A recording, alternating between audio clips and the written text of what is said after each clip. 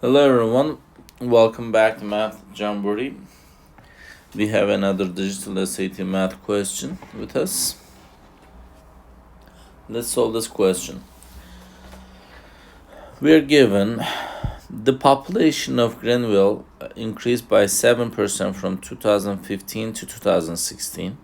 Its 2016 population is K times the 2015 population. What is the value of K? So you can solve this question in two different ways. One of them is if you're talking about percentages, I always suggest you to use hundreds. So for instance, the population in 2015, let's say it was hundreds. We're just assuming it's hundreds. In 2016, what is the population will it be? It's going to increase 7%.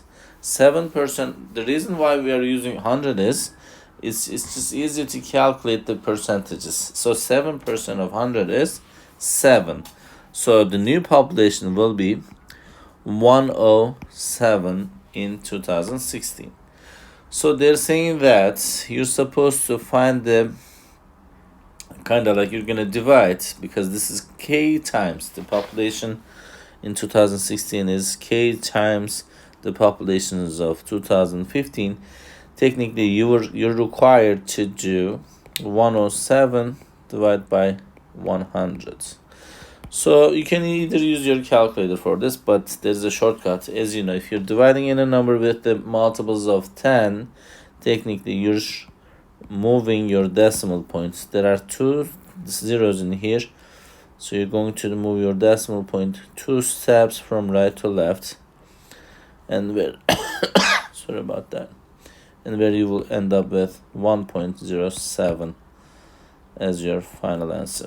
So the answer is C for this question. Thank you for watching. I wish you good luck on your tests and exams. Have a good one. Bye-bye.